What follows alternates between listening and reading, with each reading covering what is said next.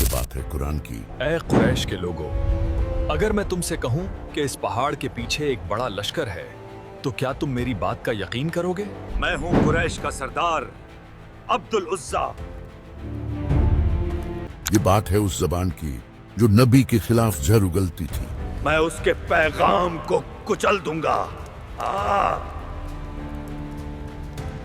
ये बात है उस तकब्बुर की जो अपने माल और औलाद के नशे में चूर था। कहां है मेरा भतीजा जो कहता है कि वो नबी है? मेरे माल, मेरी औलाद, मेरी सरदारी के सामने क्या हैसियत है उसकी? ये बात है उस शख्स मैं की हूं कुरैश का सरदार अब्दुल उज़्ज़ा, जिसका नाम लेकर अल्लाह ने कुरान में हमेशा के लिए उसे जलील कर दिया। ये बात है सूरह लहब की। तब्बत यदा अबी लहब व तब। मदरसों में अक्सर ये सूरत बच्चे जल्दी याद तो कर लेते हैं, तब्बत यदा अबी लहब व तब मा अगना अन्हु मालुहु। लेकिन जिंदगी में ऐसे मौके बहुत कम आते हैं जब कोई ये बताता है कि असल में सूरह लहब है क्या, और क्यों अल्लाह ने अपने नबी के सगे चाचा के खिलाफ पूरी सूरत नाजिल कर दी। अब्बू लहब को अपनी ताकत पर बड़ा घमंड था। मेरी ताकत, ये सब खाक। मगर अल्लाह ने उसे याद दिला दिया कि ये सब खाक में मिलने वाला है। क्या है सूरह लहब के नाजिल होने के पीछे की कहानी? क्यों नबी के अपने खानदान वाले ही उनके दुश्मन बन गए, और कौन थी उम्मे जमील जो अपने नबी के रास्ते में कांटे बिछाया करती थी, और कैसे कुरैश का ये सरदार इतना मुतगर्ज यानी घमंडी हो गया कि अल्लाह ने उसको मिसाल बनाकर कुरान में हमेशा के लिए कैद कर दिया।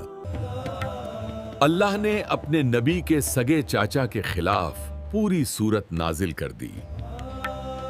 और सबसे ज्यादा इंपॉर्टेंट 1400 साल पहले नाजिल हुई इस सूरत का आज हमारी जिंदगी में क्या काम है, जानेंगे इस वीडियो में। वो दिन जब सूरत नाजिल हुई, स्कॉलर्स कहते हैं कि सूरह लहब मक्का में उस वक्त नाजिल हुई जब अल्लाह ने हुक्म दिया और अपने करीबी रिश्तेदारों को डराइए। इस हुक्म के बाद एक दिन नबी पाक सल्लल्लाहु अलैहि वसल्लम सफा की पहाड़ी पर चढ़ गए और आपने अरब के दस्तूर के मुताबिक आवाज लगाई,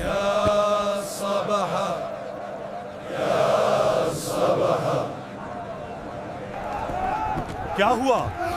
क्या कोई दुश्मन का लश्कर मक्का पर चढ़ आया है? जब सब लोग जमा हो गए तो आपने उनसे पूछा, ऐ कुरैश के लोगों, अगर मैं तुमसे कहूं कि इस पहाड़ के पीछे एक बड़ा लश्कर है, तो क्या तुम मेरी बात का यकीन करोगे? क्यों नहीं? आप सादिक और अमीन हैं। हमने आपको कभी झूठ बोलते नहीं पाया। जब सबने आपकी सच्चाई की गवाही दे दी, तब आपने फरमाया, तो सुनो, मैं तुम्हें एक सख्त अजाब से डराने आया हूं। मैं अल्लाह का नबी हूं। कहो And in Allah, and you will be successful. ये सुनना था कि मजमे में सन्नाटा छा गया। लोग एक दूसरे का मुंह देखने लगे। तभी उस भीड़ को चीरता हुआ एक शख्स आगे आया। ये कोई और नहीं, नबी का सगा चाचा अब्दुल उज्जा था, यानी अब्बू लहब था। उसने गुस्से से लाल पीली आंखों से आपको देखा और जमीन से एक पत्थर उठाकर आपकी तरफ उछाला। Tabban luck! Did you gather us here for this nonsense?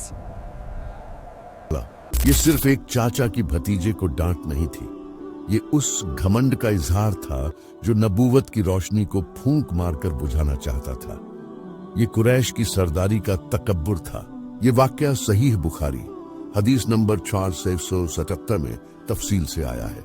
हजरत इब्ने अब्बास रजी अल्लाहु अन्हु फरमाते हैं कि जब अबू लहब ने ये कहा तो अल्लाह सुब्हाना व ताला ने अपने नबी के डिफेंस में उसी के लफ्जों को उसी पर लौटाते हुए सूरह लहब को नाजिल किया। चलिए अब इस सूरत को समझते हैं सिनेमैटिक अंदाज में, आसान तरीके से। तो देखिए, सबसे पहले ये समझना जरूरी है कि ये कुरान की वाहिद इकलौती सूरत है जिसमें नबी सल्लल्लाहु अलैहि वसल्लम के किसी दुश्मन का नाम लेकर उसे जलील किया गया है। अल्लाह ने उसका लकब अब्बू लहब यानी आग का बाप इस्तेमाल किया क्योंकि उसका असली नाम अब्दुल उज्जा यानी उज्जा बुत का बंदा था اور قرآن توحید کی کتاب ہے، وہ شرک والا نام کیسے استعمال کرتی؟ بسم اللہ الرحمن الرحیم تبت یدا ابی لہب وتب، ابو لہب کے ہاتھ ٹوٹیں اور وہ ہلاک ہو۔ میرے ہاتھ، میری طاقت، اللہ نے اسی کے لفظ تبن ہلاکت کو اسی پر لوٹا دیا۔ تبت یعنی ہلاکت ہو، یدا یعنی دونوں ہاتھ۔ ہاتھوں کا ذکر کیوں؟ کیونکہ ہاتھ ہی طاقت کا، ظلم کرنے کا اور مال کمانے کا ذریعہ ہے۔ اللہ نے فرمایا تیری یہ ساری طاقت، تیرا یہ رتبہ سب ٹوٹ گیا، اور پھر کہا اور تب، اور تو خود بھی تباہ ہو گیا۔ یہ صرف ایک بد دعا نہیں ہے، یہ ایک خبر ہے، ایک پروفیسی ہے۔ اللہ نے پہلے ہی اعلان کر دیا کہ یہ شخص اب ایمان نہیں لائے گا اور یہ ہلاک ہوگا، اور تاریخ گواہ ہے جنگ بدر کے کچھ دن بعد وہ ایسی بیماری میں مرا کہ اس کے گھر والوں نے بھی اسے ہاتھ لگانے سے انکار کر دیا۔ ابو لہب کو اپنے مال پر بڑا گھمنڈ تھا۔ اگر قیامت آئی بھی تو میں اپنے مال سے، عذاب سے بچ جاؤں گا۔ اللہ نے اسی وقت جواب دیا، ما اغنى عنه ماله وما کسب، نہ تو اس کا مال ہی اس کے کچھ کام آیا اور نہ وہ جو اس نے کمایا۔ ما اگنا، ذرا کام نہ آیا، کچھ فائدہ نہیں دیا، نہ اس کا مال یعنی مالہ، نہیں میرا مال، اور نہ اس کی کمائی یعنی ما کسب۔ ما کسب کا مطلب ہے اس کی اولاد، اس کا رتبہ، اس کی سرداری، کچھ بھی اسے اللہ کے عذاب سے بچا نہیں سکا۔ سیصلی نارا ذات لہب، وہ جلد بھڑکتی ہوئی آگ میں داخل ہوگا۔ اس یسلا، وہ جائے گا کہاں؟ نارن جات لہب، ایسی آگ میں جو لہب والی ہو یعنی شولے، فلیمز والی، بھڑکتی ہوئی۔ یہاں اللہ نے ایک ورڈ پلے استعمال کیا ہے، اس کا نام تھا ابو لہب، آگ کا باپ۔ اللہ نے فرمایا تو لہب، بھڑکتی آگ والی جہنم میں ہی جائے گا، جیسا نام ویسا انجام۔ وامرأته حمالة الحطب، اور اس کی بیوی بھی جو ایندھن سر پر اٹھائے پھرتی ہے۔ فی جیدها حبل من مسد، اس کے گلے میں موج کی رسی ہوگی۔ اللہ نے فرمایا یہ عذاب صرف اس کے لیے نہیں ہے، وامرأتہ، اور اس کی بیوی بھی، ام جمیل، ابو سفیان کی بہن۔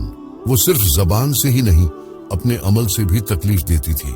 حمال تل حطب، لکڑی ڈھونے والی۔ تفسیر میں آتا ہے کہ وہ رات کے اندھیرے میں جاتی اور جنگل سے کانٹے دار جھاڑیاں، کانٹے دار لکڑی لاتی۔ یہ کانٹے اس کے راستے کے لیے ہیں، اور نبی پاک صلی اللہ علیہ وسلم کے گھر کے باہر اور ان کے راستے میں بچھا دیتی تھی، تاکہ اندھیرے میں جب آپ نکلیں تو آپ کے پیر زخمی ہو جائیں۔ وہ دنیا میں گھمنڈ سے اپنے گلے میں سونے کا ایک قیمتی ہار پہن کر گھومتی تھی۔ اللہ نے فرمایا اس تکبر کے بدلے فی جیدہا، اس کے گلے میں حبل من مسد، ایک کھردری جہنم کی آگ میں تپتی ہوئی کھجور کی چھال کی بٹی ہوئی رسی ہوگی۔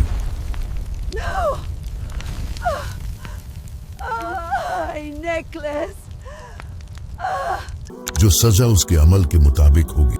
اب سمجھنے کی بات یہ ہے کہ یہ تو 1400 سال پرانی صورت ہے۔ ابو لہب مر گیا، ام جمیل مر گئی، میرے کس کام کی ہے یہ؟ میں نے کیا اس سے سیکھنا ہے؟ لیکن کیونکہ قرآن اللہ کا کلام ہے اور وہ ساری امت کے لیے تا قیامت تک نازل کیا گیا ہے۔ سورہ لہب ایک آئینہ ہے، یہ ہمیں یہ سکھاتی ہے کہ جب آپ اللہ کے پیغام، میسج اور پیغام لانے والے میسنجر کی مخالفت کرتے ہیں تو آپ کا خاندان، فیملی کنیکشن بھی آپ کو نہیں بچا سکتا۔ اے میری بیٹی فاطمہ، اللہ کے سامنے میں تیرے کچھ کام نہ آ سکوں گا۔ آج ابو لہب تو نہیں ہے، لیکن ابو لہبیت یعنی ابو لہب کا کردار زندہ ہے۔ یہ سب پرانی باتیں ہیں، میرا پیسہ ہی میرا خدا ہے۔ वो घमंड जिंदा है जो अपने पैसे, अपनी ताकत, अपने रुतबे या अपने कल्चर के जोर पर दीन की बात को दबाना चाहता है। वो जबान जिंदा है जो दीन पर चलने वालों का मजाक उड़ाती है। वो किरदार उम्मे जमील जिंदा है जो हक्का के रास्ते में कांटे बिछाता है। इन दीन वालों को सबक सिखाना होगा ताकि लोग उस पर चल ना सकें। ये सूरत हमें एक उसूल, प्रिंसिपल सिखाती है। जो अल्लाह के नूर को बुझाना चाहता है, अल्लाह उसे ही जलील कर देता है, और जो जुल्म में साथ देता है वो भी अजाब में बराबर का शरीक होता है। ये सूरत बताती है कि अल्लाह के दीन के सामने माल और खानदान की कोई हैसियत नहीं है। उम्मीद करता हूँ बात समझ आई होगी, वीडियो पसंद आई होगी। आखिर में आपसे एक दो बातें करना चाहता हूँ। ये कुरान सिर्फ तिलावत पढ़ने के लिए नहीं बल्कि समझने के लिए नाजिल हुआ है। हमें इसे समझना होगा, इसकी हकीकत को। हम जो भी वीडियोस बनाते हैं वो कुरान की मुस्तनद, ऑथेंटिक तफसीर और सही हदीस की किताबों का सहारा लेकर बनाते हैं। मेरा यह मकसद है कि हम कुरान को इतना मजेदार और इतना आसान बना दें कि हमारी नस्लें, हमारे आने वाले बच्चे इसे बड़े आसान तरीके से समझ सकें। वो जान सकें कि अल्लाह ने क्यों कुछ लोगों को इज्जत दी और क्यों अबू लहब जैसे कुछ लोगों को नाम लेकर जलील किया। और अल्लाह ने जालिमों को जलील कर दिया। मेरे बेटे, मीडिया की पावर का हम सबको अंदाजा है, लेकिन उसके बावजूद हम अभी तक इन्हीं मसलों में पड़े हुए हैं कि क्या सही है और क्या गलत। जमाने के साथ चलने की बहुत जरूरत है। हमें भी अपनी आवाज को दुनिया तक पहुंचाना है। इस वक्त के लिए बहुत बहुत बहुत जरूरत है कि आप खुद भी पढ़ें, अपने बच्चों को भी पढ़ाएं और दीन को समझें, ताकि जब आप आखिरत में उनसे मुलाकात करें तो आप सब साथ हों जन्नत में। अल्लाह के आगे आपको शर्मिंदा ना होना पड़े। अगर आप हमारे इस मिशन को सपोर्ट करना चाहते हैं तो इस पैगाम को उन तक पहुंचाइए जिन्हें इसकी जरूरत है। याद रखिए, we are the builders of the आखिरत, we are the builders of the hereafter, and this is the place where we build. हम आखिरत बनाने वाले लोग हैं।